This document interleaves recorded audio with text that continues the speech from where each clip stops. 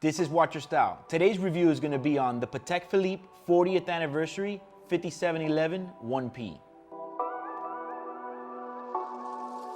So in 2016, when Patek decided to roll out a 40th anniversary edition for the Nautilus, they came out with two versions. The Chrono, which is pretty much a 5980 on steroids, which is the 5976 model, one of my personal favorites, and I've already done a review for you. But they also did another one. They did a platinum version of the 5711. Now they had the same motif. They got the blue dial with the baguette markers. But initially when the whole reports came out about the watch and all the sneak photos, of course, we were kind of obsessed about the 5976 because it's actually oddly large for Patek. It was probably the biggest Patek I've ever seen. So that's actually the first one that I was able to see, and I kind of thought that that was the guy. But believe it or not, I think I like the 5711 better.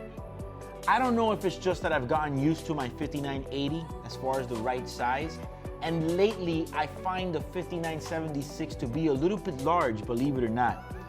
But when I finally got to see one of these 5711s 1P in my hand, I feel like they killed it with this watch. I think it's exactly what they had to do. And this might be a little bit, going against my review of the Chrono, but I think the right size for the Chrono would have been in between this and the Chrono. I think they got a little bit too crazy. I think this is the ultimate anniversary gentleman's watch. So it wasn't actually till I had this watch in my hand that I came to that realization. I guess I was just kind of sucked in to the whole fact that they made such a large case for the Chrono version. I don't know, it kind of gave me a flashback of when they came out with the Deep Sea, and I thought that it was a hit, but then I realized it was a little bit too big for nothing. This is the real one here. This is the real size. The blue dial is stunning. Compared to the standard steel 5711, this one has a lot more of a dark, rich blue. The baguettes, just like the Chrono version, are selected perfect. It almost looks like just stick markers. If you look at it real fast, you won't even know that it has diamonds. So somebody that doesn't like diamonds on their watches might even approve of this dial because it's so subtle. I don't know if you know this, but all the platinum Pateks have a standard signature, which is a little diamond around either the bottom of the case at the 6 o'clock position or the bezel. This one, of course, is adorned with that. Something different, gives it that nice little touch from them. But overall, I can't tell you how much this watch is a sleeper. I didn't see how much I was gonna fall in love with finally having it in my hands.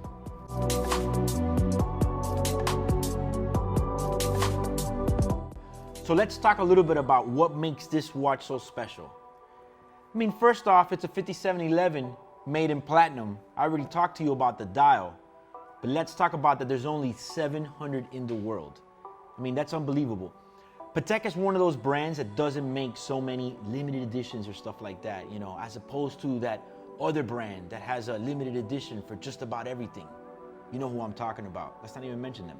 But they only have 700 examples of this watch to go around, and we know how much the Patek collectors are, how much they love their collections and their limited pieces. 700 is not a lot of them. Has a retail price of $113,000, so you can already tell that it's gonna blast into the stratosphere as far as pricing. I would say today, in today's market, if you're trying to pick up a 5711 1P 40th anniversary, you need to be in the mid 200 range. Just like I mentioned with the other version of the Chrono, let's forget about that retail price because these guys are playing this game, which is a great game, I don't have no problem with it, where they're putting the retail low. They could have put a retail on this price for 180 grand and they would have sold all 700. But who cares about the retail? The watch is worth it. If I had the position to buy it, I would pay $250 for one of these. You're just not gonna see it. There's 700 of them in the world. And that says to me, exclusivity.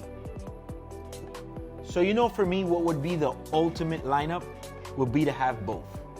Because you'd have the Chrono to wear more on a day-to-day basis. It's the bigger watch as a Chrono.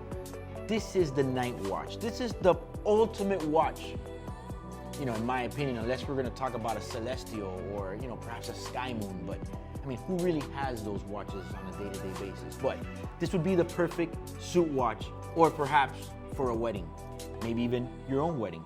But could you imagine having both? Wouldn't that be a thing? You'd have $500,000 on two collectible Nautiluses, which are probably gonna be the most rare Nautiluses of our generation. So as far as the watch game goes, I mean, do I really have to say it?